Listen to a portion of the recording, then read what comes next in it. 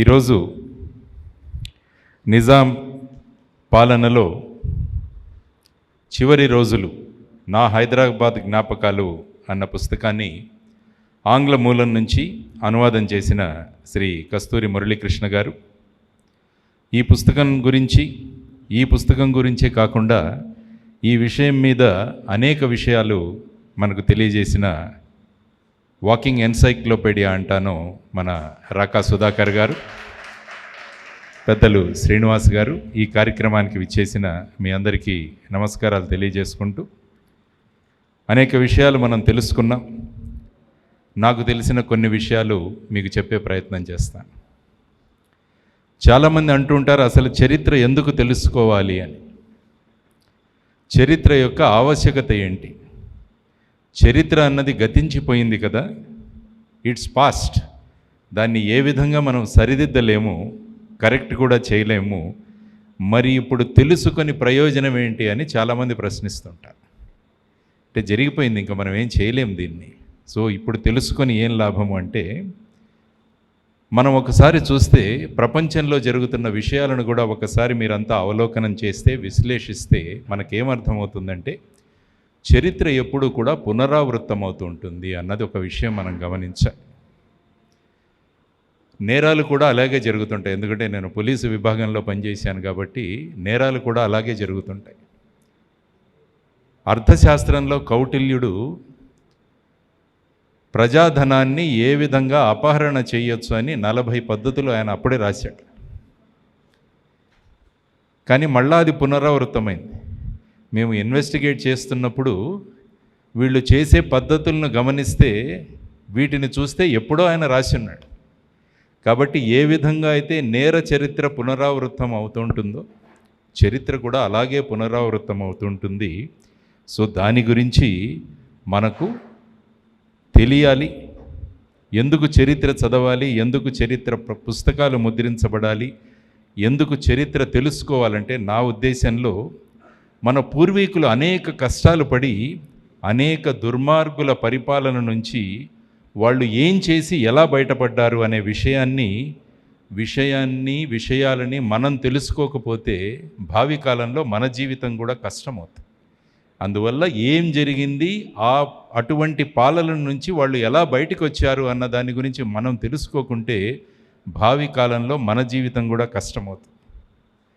వాళ్ళ త్యాగాలను గుర్తించి మనము దానికి అనుగుణంగా నడుచుకోకపోతే అది కృతజ్ఞత అవుతుంది. అంటే మీరు తెలుసుకొని కూడా దానికి అనుగుణంగా మన జీవితాలను మార్చుకుంటే అది కృతజ్ఞత అవుతుంది. ఏదో ఒక రాజకీయ కారణం చేత ఒక పోరాటాన్ని తక్కువ చేసి చాలామందిని హీరోలు చేస్తుంటారు. ఇప్పుడే రాకా సుధాకర్ గారు దాని గురించి మాట్లాడారు. ఏ విధంగా అనేక పుస్తకాలు ప్రతిసారి ఈ చరిత్రను మార్చి కొంతమందిని హీరోలుగా ప్రొజెక్ట్ చేయడానికి ఎలా ప్రయత్నిస్తున్నారో మనం చూసాం. అదేవిధంగా మీరు ఔరంగజేబు కాలంలో జరిగిన అన్యాయాలను ఒకసారి చూస్తే, ఆయన చేసిన దారుణాలను చూస్తే, ఆయన దేశంలో ఒక పాలకుడుగా ఉంటూ లక్షలాది మందిని చంపేసి ఆ వ్యక్తి పాలన చేస్తే ఆ చరిత్ర మనకు అవసరమా లేదా అన్నది కూడా మనం ఆలోచించాల్సిన విషయం. ఎందుకంటే ఇప్పుడు అతన్ని ఒక సబ్జా చెట్టు కింద కూర్చొని అతి సాధారణంగా జీవించాడు, మహానుభావుడు అంటూ వచ్చే కథనాలు కూడా చాలా చూస్తున్నాం మనం. అందువల్ల ఇటువంటి చరిత్రలు తెలియాల్సిన అవసరం చాలా ఉందని నేను అనుకుంటాను. ఇదే పరిస్థితి మన హైదరాబాద్ నవాబు పాలనలో కూడా ఉండేది.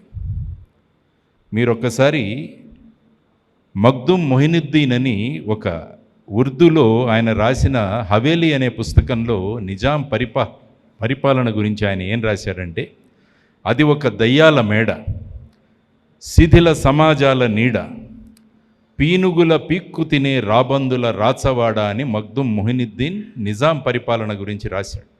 కాబట్టి అటువంటి పరిపాలన ఉండేది.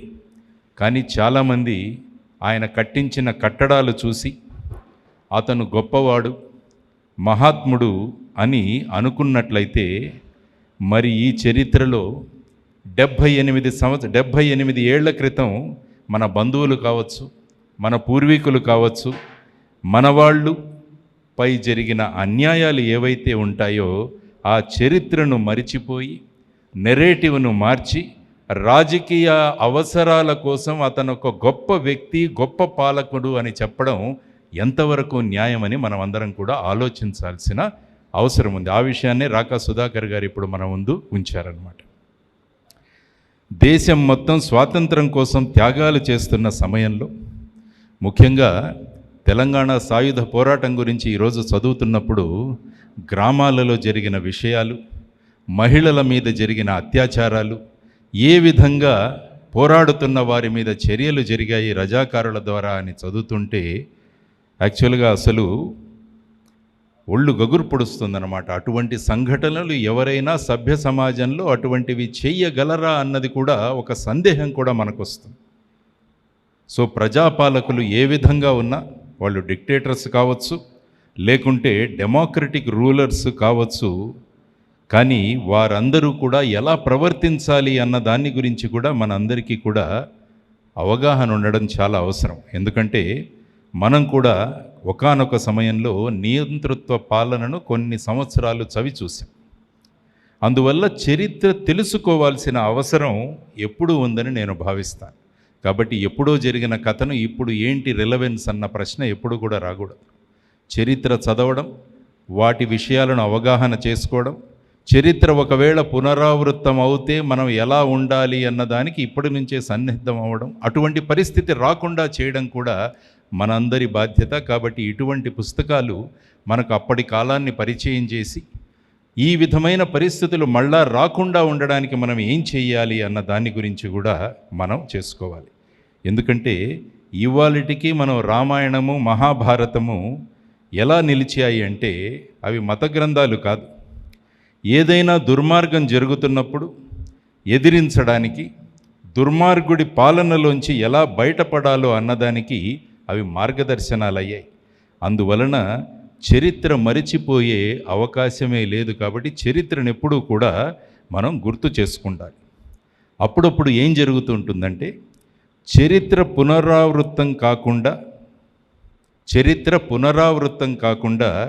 చరిత్రను పునర్ముద్రితం చేయాల్సిన అవసరం ఉంది అని నేను అనుకుంటాను. ఇదే చరిత్రను పునర్ముద్రితం చేయడం అంటే.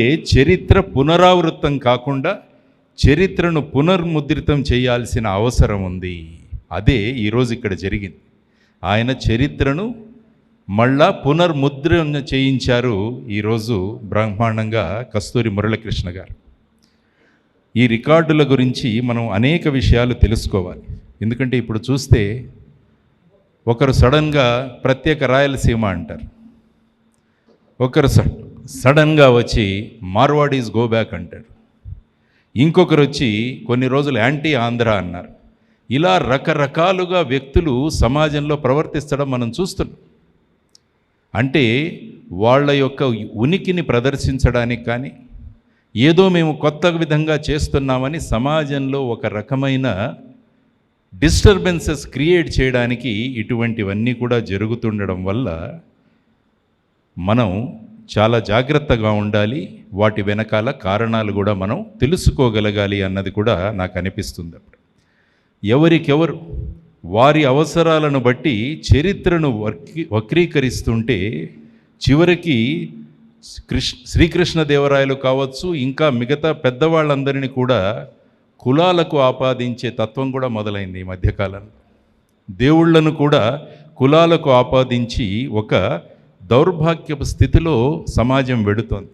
కాబట్టి వీటన్నిటినీ కూడా ఎక్కడైనా మనం ఆపాలి అంటే చరిత్ర ఏం జరిగింది, చరిత్రలో ఏం జరిగిందన్నది మనం చూసుకోవాలి. సో ఆ విధమైన పరిస్థితులలో ఈ చరిత్ర గనుక కనిపించకపోతే, పునర్ముద్రణ జరగకపోతే, వాస్తవాలను ప్రత్యక్షంగా చూసిన వాళ్ళు తెలుపకపోతే ఇది నమ్మే అవకాశం కూడా ఉంటుంది. ఎందుకంటే ఆయన చాలా పుస్తకాలు వర్ణించారు. ఆ పుస్తకాలు రాసిన వాళ్ళంతా కూడా ఆ చరిత్రను చూడలేదు, ఆ పరిస్థితులలో వాళ్ళు లేరు. కానీ ఇటువంటి పుస్తకాలు ఎంత ప్రాముఖ్యమంటే వీరు ఆ సంఘటనలు జరిగినప్పుడు ప్రత్యక్షంగా అక్కడ ఉన్నారు. వారి అనుభవాలను ఇటువంటి పుస్తకాల్లో రాయడం వల్ల అసలైన చరిత్ర ఏంటి అని తెలుసుకోవాలని ఎవరికైనా ఉంటే ఇటువంటి పుస్తకాలు ఉపయోగపడతాయి. అందుకనే ఆయన అన్నారు, రాకా సుధాకర్ గారు, ఇన్ని సంవత్సరాల నుంచి ఇన్ని పుస్తకాలు వస్తే చివరిగా 2025వ సంవత్సరంలో ఒక ప్రత్యక్షంగా అక్కడ ఉన్న వ్యక్తి రాసిన పుస్తకాన్ని, ఆయన ఇంగ్లీషులో రాసిన పుస్తకాన్ని తెలుగులో అనువాదం చేయడం వల్ల వారు ఆ విధంగా ఈ సభ్య సమాజానికంతా కూడా నిజమైన కథ ఏంటి అన్న విషయాలు చదవడానికి ఒక గొప్ప అవకాశాన్ని కల్పించారు. ఎందుకంటే హనుమాన్ చౌదరి గారు చెప్పారు, ఆ ఇంగ్లీషు పుస్తకం ఏమైతే ఉంటుందో అది అవైలబుల్ లేదు, అది దొరకట్లేదు అని కూడా చెప్పారు. నిజంగా దొరకట్లేదా?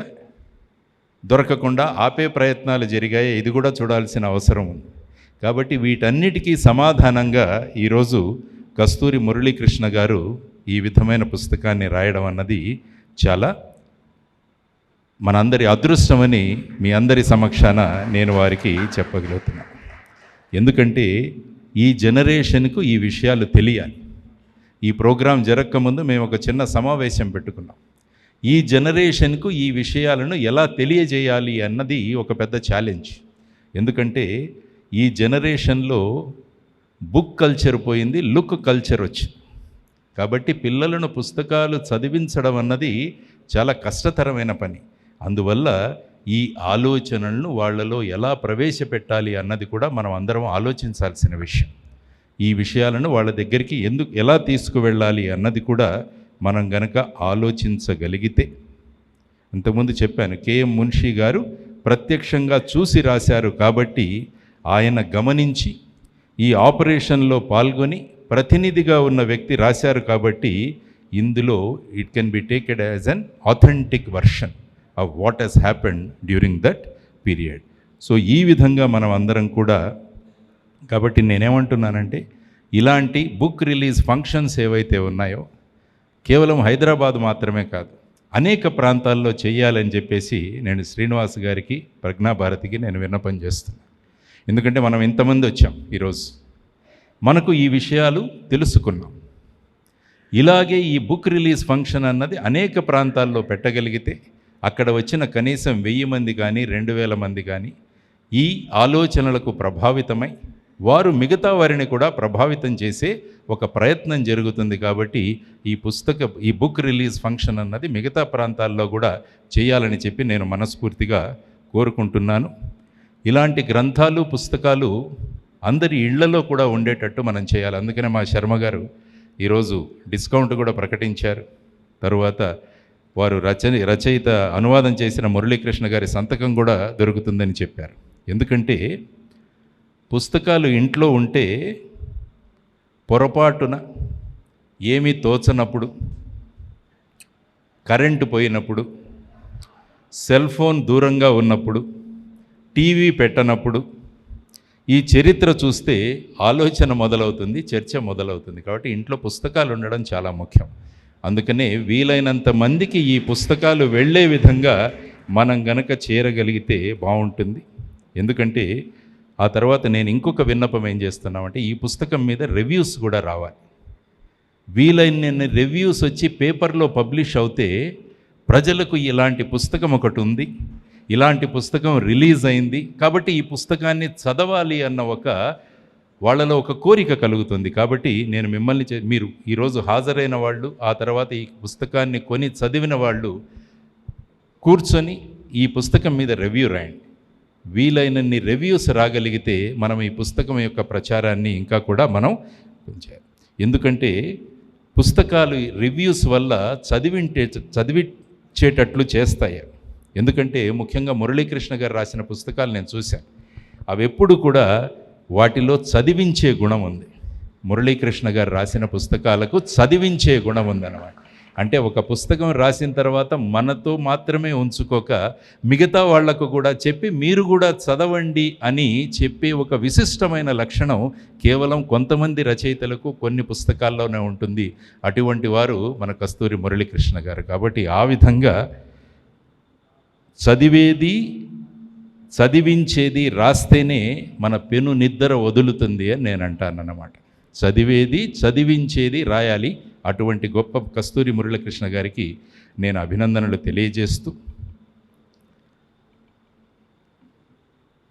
ఒక చిన్న విషయం మాట్లాడి నేను ముగిస్తాను. చరిత్ర యొక్క ప్రాముఖ్యత ఎంతో.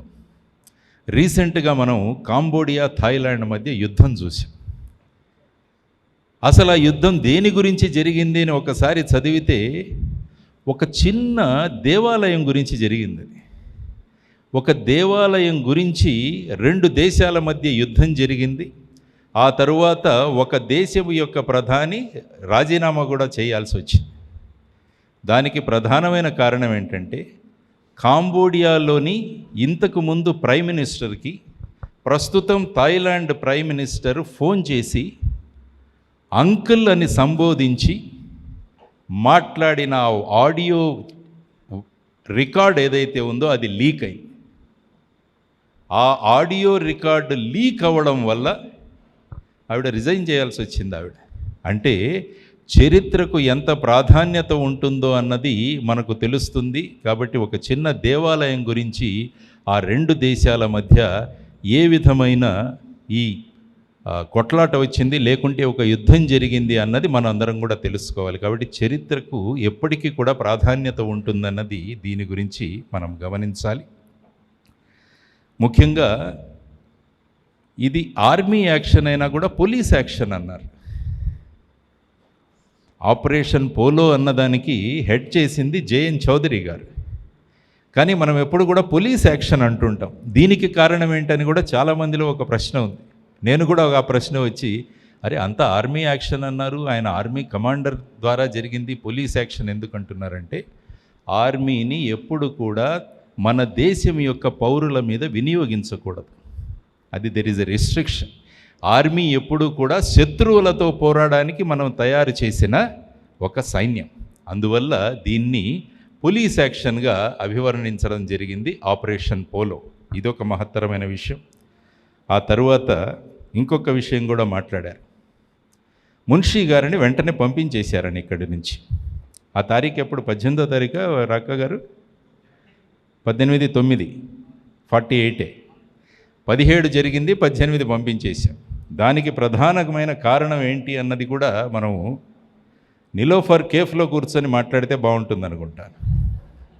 సో దాని వెనకాల కారణాలు కూడా మనం చర్చించాల్సిన అవసరం ఉంది. సో ఆ విధంగా ఏ కారణాల వల్ల ఆయన ఆ విధంగా వెళ్ళిపోయారన్నది కూడా మనం తెలుసుకోవాల్సిన అవసరం చాలా ఉంది. సో ఈ విధమైన విషయాలను తెలియజేస్తూ, నా ఉద్దేశంలో చాలామంది ఇటువంటి పుస్తకాలను ఏమంటారంటే హిస్టరీ స్టూడెంట్స్కి రెఫర్ చేయండి అని చెబుతుంటారు. చాలా మనం ఈ భద్రిక కాలేజ్ ప్రాంగణంలో ఉన్నాం. సాధారణంగా చరిత్రకు సంబంధించిన పుస్తకాలు రాగానే అందరూ ఏమంటుంటారంటే హిస్టరీ స్టూడెంట్కి ఇది బాగుంటుంది అని చెబుతుంటారు. కానీ నా ఉద్దేశంలో ఇది హిస్టరీ స్టూడెంట్స్ కాదు, స్టూడెంట్స్కి కావాలి అన్నది నా ప్రగాఢమైన కోరిక. అంటే మనము విభజిస్తున్నాం, హిస్టరీ వాళ్ళు చదివితే చాలు, ఇది మిగతా వాళ్ళకి అవసరం లేదని. కాబట్టి మన అందరి బాధ్యత ఇది అందరి స్టూడెంట్స్ గురించి చదివించడం. It is not for the history student, it is for the students who want to create history అన్నది నా ఉద్దేశం. కాబట్టి చరిత్ర సృష్టించాలనుకున్న విద్యార్థులు ఎవరైతే ఉన్నారో యువతరానికి, వాళ్ళందరూ కూడా ఈ పుస్తకం చదవాలని. ఎందుకంటే ప్రపంచవ్యాప్తంగా విద్యార్థులు మరి యువతరమే మార్పులు తీసుకొస్తున్నారు ప్రతి చోట. మన శ్రీలంక చూడొచ్చు, లేకుంటే బంగ్లాదేశ్ చూడొచ్చు, నేపాల్ చూడొచ్చు, యువతరమే ముందుంటున్నారు. కాబట్టి ఆ యువతరానికి చక్కని ఆలోచనలతో మనము తయారు చేస్తే దేశం ముందుకు వెళుతుంది అన్నది నేను కోరుకుంటూ, మరి ఒక్కసారి చక్కని పుస్తకాన్ని సరి అయిన సమయంలో అందించినందుకు శ్రీ కస్తూరి మురళీకృష్ణ గారికి అభినందనలు తెలియజేస్తూ, ఈ పుస్తకాన్ని ఆయన పని ఆయన చేశారు. ఈ పుస్తకాన్ని ప్రజల్లోకి తీసుకువెళ్లాల్సిన బాధ్యత మన అందరి మీద ఉంది. కాబట్టి మనం మన బాధ్యతను కూడా పూర్తి చేద్దామని చెప్పి మీ అందరి ముందు నా ఆలోచనలు ఉంచుతూ సెలవు తీసుకుంటాను. నమస్కారం. జై హింద్. భారత్ మాతాకి జై.